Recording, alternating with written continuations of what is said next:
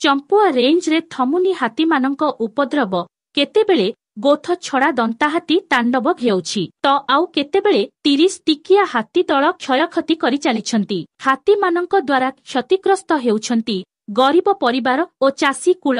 ହାତୀମାନଙ୍କୁ ଘଉଡ଼ାଇବାରେ ସମ୍ପୂର୍ଣ୍ଣ ବିଫଳ ହୋଇଛି ବନ ବିଭାଗ।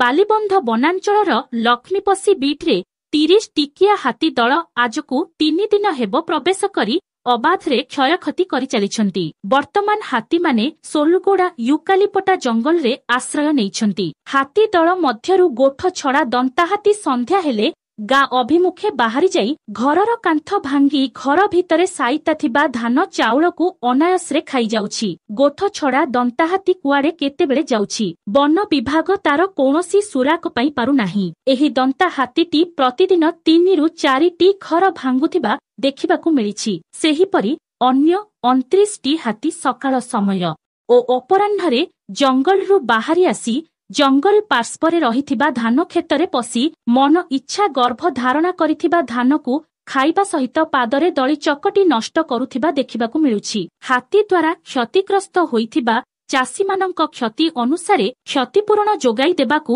ଚାଷୀମାନଙ୍କ ତରଫରୁ ଦାବି ହେଉଛି। ତେବେ ଚାଷୀମାନଙ୍କର ବ୍ୟାପକ କ୍ଷୟକ୍ଷତି କରୁଥିବା ହାତୀମାନଙ୍କୁ ବନ ବିଭାଗ ଘଉଡ଼ାଇବାରେ କେବେ ସକ୍ଷମ ହେଉଛି ତାହା ଦେଖିବାକୁ ବାକି ରହିଛି।